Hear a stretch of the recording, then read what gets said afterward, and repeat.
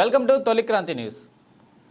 భారీ వర్షాల కారణంగా వరద నీటి ఉధృతికి పూర్తిగా శిథిలమైన అశ్వారావుపేట మండలంలోని పెదవాగు ప్రాజెక్టు ప్రాంతంలో మంత్రి తుమ్మల పర్యటించారు. పెదవాగు ప్రాజెక్టు కట్టెతెగడంతో నీట మునిగిన పంట పొలాలను, ఇళ్లను మంత్రి తుమ్మల పరిశీలించారు.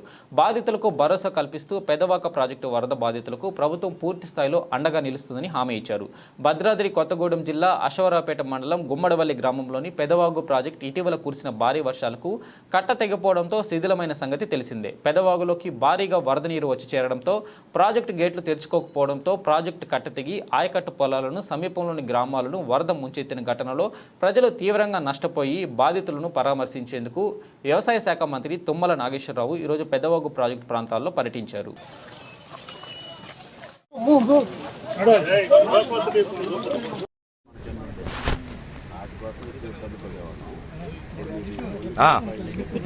ఓకే ఓకే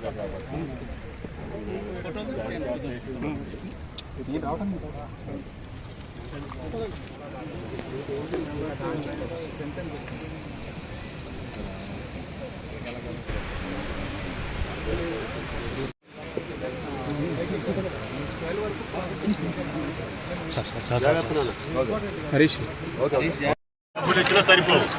ఎందుకంటే 5-6 అడుగులు మందం ఉంటే ఇచ్చిన అమ్ముకుంటే మంచిదేమంట. మీరు పర్మిషన్ ఇచ్చి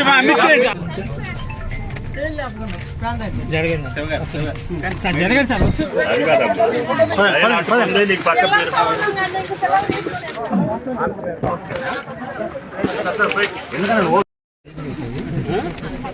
ఇమ్మీడియట్ గా ఏం చేయాలో కలెక్టర్ గారు చెప్తున్నారు. నేను కూడా అన్ని చూసి మాట్లాడిన తర్వాత ఎట్లా చేయాలో చెప్తాను.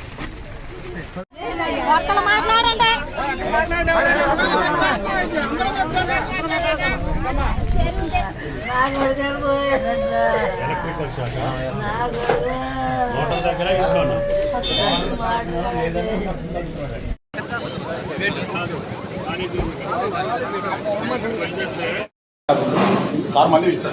Only officer please.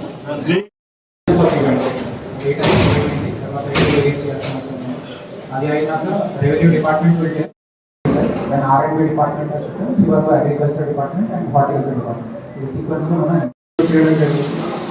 మనకు ఆ రోజుకి సుమారు 4 గంటల ప్రాంతాల్లో 25 మెంబర్స్ వేరే సైట్స్ చూసుకొని నేను వయసు ఆఫీస్కి వచ్చే వరకు ఈగా ఫోన్ చేసి హెవీ ఫ్లడ్ వచ్చింది సార్ 25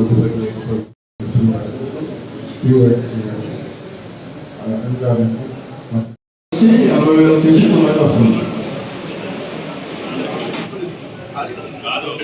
మీరు అంత వర్షం పడుతున్నప్పుడు మీరు ఎవ్రీ మార్నింగ్ అన్నా వచ్చా, నైట్ అన్నా వచ్చి ముందు రోజు 17 గేట్లు 3 ఆపరేట్ అవుతుంది సార్. గుమ్మడవల్లి, కొత్తూరు, అనంతారం గారు సార్. అనంతారం ఏమైంది? అనంతారం గారు పరిస్థితులు పెట్టేటట్టు లేదు. ఉండేటట్టుగా సీఎంటీ గారి ఇన్స్ట్రక్షన్స్ మామాయి పెద్ద ఇబ్బంది కాదు. ఇప్పుడు దాని అనేక రూపాయలు చెందుతుంది. మీకే తెలుసు పేర్లు మీద మామూలు కాకుండా మళ్ళీ వస్తే మళ్ళీ మార్చకుండా కొద్దిగా నడుస్తారంటే నడుస్తారు. కాదు బాబు, రేషన్ వస్తుంది. జిల్లా కలెక్టర్ గారికి, ఎస్పీ రోహిత్ గారికి, BYTD రాహుల్ గారికి, ప్రియమైనటువంటి పత్రికా విలేకరులకి, పెదవాకు సంబంధించినటువంటి ఘటన బాధాకరం. చాలా ఆస్తి నష్టంతో పాటు గ్రామాల్లో చాలా మంది పేదలు ఇబ్బంది పడేటటువంటి పరిస్థితి వచ్చింది. అదృష్టవశాత్తు ఎస్పీ గారు తీసుకున్నటువంటి చొరవ మూలాన మాకు ఎప్పుడైతే ఇన్ఫర్మేషన్ వచ్చిందో 4 గంటలకి అప్పటికి ఎస్పీ గారు మన ప్రభుత్వం పంపించే హెలికాప్టర్ ఆలస్యం అవుద్ది, ఇక్కడ నుంచి 2 గంటలు 2.5 గంటలు పడుతుంది హైదరాబాద్ నుంచి, వెంటనే ఆంధ్ర ప్రభుత్వంతో సంప్రదించి మీరు అక్కడి నుంచి తెప్పించుకోండి అని చెప్పాం. కలెక్టర్ గారు, ఎస్పీ గారు ప్రయత్నంతో 5 గంటలకు వచ్చి కూడా సుమారు 25 నుంచి ఎంతమంది 21 మందిని రక్షించినటువంటి ఘనత మన ఎస్పీ గారికి దక్కుతుంది. కాబట్టి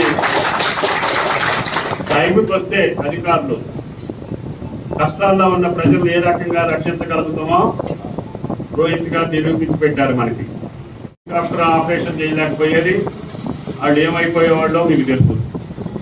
కాబట్టి మేము ఎప్పుడైతే ఫోన్ చేయకముందు ఆయన బయలుదేరి కొత్తగూడెం నుంచి ఇక్కడికి వచ్చి ఆంధ్రవేలోనే అన్ని అరేంజ్మెంట్ చేసుకొని ఆ ప్రభుత్వంతో మాట్లాడి కలెక్టర్ గారిని కోఆర్డినేట్ చేసుకొని ఇంత విపత్తులో కూడా ఒక ప్రాణహాని జరగకుండా చూసినందుకు ప్రభుత్వం తరఫున రోహిత్ గారికి, కలెక్టర్ గారికి, పిఓ గారికి ప్రత్యేకంగా ధన్యవాదాలు. కష్టాల్లో ఉన్నారు, అధిక వర్షాలతో ఇబ్బందులు ఉన్నారు. ముఖ్యంగా రైతులు వేసుకున్నటువంటి నాటు కొట్టుకుపోయింది, పొలాలన్నీ ఇసుక మేటలు వేసినాయి, గడ్లు పడ్డాయి. పునరాలు చెప్పినట్టుగా నిమ్మ తోటలు, మామూలు హార్టికల్చర్ కూడా నష్టం జరిగింది. గుమ్మడి లాంటి కోళ్ళకి పాపం చేపలు కూడా లేకుండా మొత్తం పంపించేశారు. అంటే అందరి జీవితాలు కూడా కొద్దిగా అయోమయంలో ఉంటాయి. చేపలు పట్టుకున్నోడిది పోయింది, పని చేసుకున్నోడిది పోయింది, పంట వేసుకున్నోడిది పోయింది. గ్రామాలలో పాప మా బాబు కరెంట్ షాక్ కొట్టి ఆయన గారు బాబు చనిపోయాడు, చిన్న పిల్ల. ఎవరైనా సరే ఆయన ఎట్లా ఆదుకోవాలో మీరు ఆలోచించి చెప్పండి. సీఎం గారికి చెప్పి రిలీఫ్ ఎంతో కొంత ఆ కుటుంబానికి ఏర్పాటు చేద్దాము. తర్వాత ముఖ్యంగా ఇక్కడ ఉన్నటువంటి పెద్దలందరూ 89లో కూడా నేనున్నప్పుడు మంత్రివర్గంలో లేకపోయినా దిగిపోతే కూడా మనోళ్ళందరికీ మళ్ళీ ఆ ప్రాజెక్టును రివైవ్ చేసి మళ్ళీ కాలువలు బాగు చేపించి, నేను మంత్రి అయ్యే రోజు ఈ ప్రాజెక్టు కింద కేవలం 2000 ఎకరాలే సేద్యం అయ్యేది. మీ దయ వల్ల నేను మంత్రి అయిన తర్వాత మొత్తం ఏలేర్పాడు కుక్కునూరు దాకా కాలువలు తవ్వి 16,000 ఎకరాలకి నీళ్ళు ఇచ్చాం. దురదృష్టవశాత్తు మళ్ళీ నేను లేనప్పుడు 89లో దిగిపోయింది. ఈ మధ్యలో రాష్ట్రం విడిపోవటం వలన ఈ ప్రాజెక్టు ఉమ్మడి ప్రాజెక్ట్ అయింది. ఇది గోదావరి రివర్ బోర్డు కంట్రోల్లో ఉంటుంది. 2 రాష్ట్ర ప్రభుత్వాలు నిధులు ఇవ్వాలి. ఆంధ్ర ప్రభుత్వం 80% ఇవ్వాలి, మనం 20% ఇవ్వాలి. ఇప్పుడు ఉన్నటువంటి పరిస్థితి చూస్తే 2 ప్రభుత్వాల యొక్క కోఆర్డినేషన్ కూడా గత 5 సంవత్సరాల్లో సరిగ్గా లేదని తెలుస్తుంది. వీళ్ళు అడిగినటువంటి పైసలు ప్రభుత్వాలు ఇవ్వకపోవటం, మెయింటెనెన్స్ కరెక్ట్గా చేయకపోవటం, అధికారుల నిర్లక్ష్యం కూడా ఉందని చెప్పి రైతులు చాలా మంది చెప్తున్నారు. సరే, కలెక్టర్ గారు క్షుణ్ణంగా ఆలోచించి దాని మీద ఎవరి పొరపాటు, అధిక వర్షం వచ్చిన మాట కరెక్టే, దాని తర్వాత ఎక్కువ వరద వచ్చిన మాట కూడా కరెక్టే. కానీ ముందు జాగ్రత్తలు తీసుకొని ముందు రోజు నుంచే ప్రాజెక్టు మొత్తం కూడా గేట్లు 3 ఎత్తేసి ఫ్రీ ఫ్లో పెట్టి డిప్లీట్ చేసి ప్రాజెక్టు ఖాళీ పెట్టొచ్చితే ఇంత ప్రమాదం జరగదనేది నిపుణులు చెప్తున్నారు, పెద్దలు చెప్తున్నారు. సరే, జరిగింది కాబట్టి ఈ ప్రాజెక్టుకి ఆ ప్రభుత్వంతో కూడా మాట్లాడి రేపు వచ్చే సీజన్లో పటిష్టవంతంగా ఇప్పుడు వచ్చినటువంటి వరదకు తగ్గట్టుగా డిజైన్ చేసి అవసరమైతే ఇంకా 2-3 గేట్లు పెంచైనా సరే మళ్ళీ భవిష్యత్తులో ఈ ప్రాజెక్టుకి ఎటువంటి నష్టం జరగకుండా చూసే బాధ్యత ఈ ప్రభుత్వ పరంగా నేను తీసుకుంటానని చెప్పి మరి అందుకనే ఈ రోజు వచ్చిన వరద కంటే ఎక్కువ పెట్టి ఇటువంటి గేట్లు ఇంకొక 2-3 పెట్టామనుకోండి, ఇప్పుడు 40 వచ్చింది, 70 వచ్చింది. దానికి కెపాసిటీ 40,000 క్యూసెక్లు అంటున్నారు. ఇయర్ 70,000 వచ్చిందంట. అవసరమైతే 80,000కి డిజైన్ చేసి రేపు భవిష్యత్తులో ఎంత వరద వచ్చినా కూడా ఈ ప్రాజెక్టుకి ఇబ్బంది లేకుండా చూసి ఇప్పుడు ఇంజనీర్లు పంపించి గోదావరి రివర్ బోర్డు తోటి కూడా పరిశీలింపజేసి ఆడిచ్చినటువంటి డిజైన్ ప్రకారంగా నేను వచ్చినటువంటి వరదని అసెస్ చేసి ఈ వర్షపాతానికంటే ఎక్కువ వచ్చినా కూడా ఈ ప్రాజెక్టుకి ఇబ్బంది లేకుండా ఆంధ్ర ప్రభుత్వంతో మాట్లాడి రేపు వచ్చే సీజన్లో కంప్లీట్ చేపిస్తానని చెప్పి మీకు ఈ సందర్భంగా మనం చెప్తాం. కలెక్టర్ గారు అందరినీ ఎన్ని ఎకరాలు నష్టపోయింది, ఎన్ని ఎకరాలు ఎస్టిమేట్ పెట్టింది, ఎన్ని ఎకరాలు పంట పోయింది అసెస్ చేయించారు. ఆ నివేదిక ప్రభుత్వానికి రాగానే 2-3 రోజుల్లోనే ఆ రైతులకి ముఖ్యమంత్రి గారితో మాట్లాడి ఎంతో కొంత సహాయం చేస్తే ఆ రైతులు నిలబడతారు. ఇళ్ళు మునిగిపోయినాయి కానీ, ఇళ్ళు కూలిపోయినాయి కానీ ఏంటంటే ఇమీడియట్గా ఇవ్వమని చెప్పాం. నీళ్లు పట్టినటువంటి ఇళ్ళకి ఈరోజు 10 కేజీలు బియ్యం, ఆయిల్, కొంచెం పప్పు వాళ్ళు ఇప్పుడు ఇమీడియట్గా వండుకోవడానికి ఇప్పటి వరకు భోజనాలు పెడుతున్నారు. ఆ 70 ఇళ్లలో ఉన్నటువంటి 250 మందికి ఏం చేయాలో ఆర్డీఓకి, కలెక్టర్ గారికి వాళ్ళు పరిశీలించి వాళ్ళకి కావాల్సినవన్నీ ఇవ్వమని కలెక్టర్ గారు ఇప్పుడే చెప్పారు.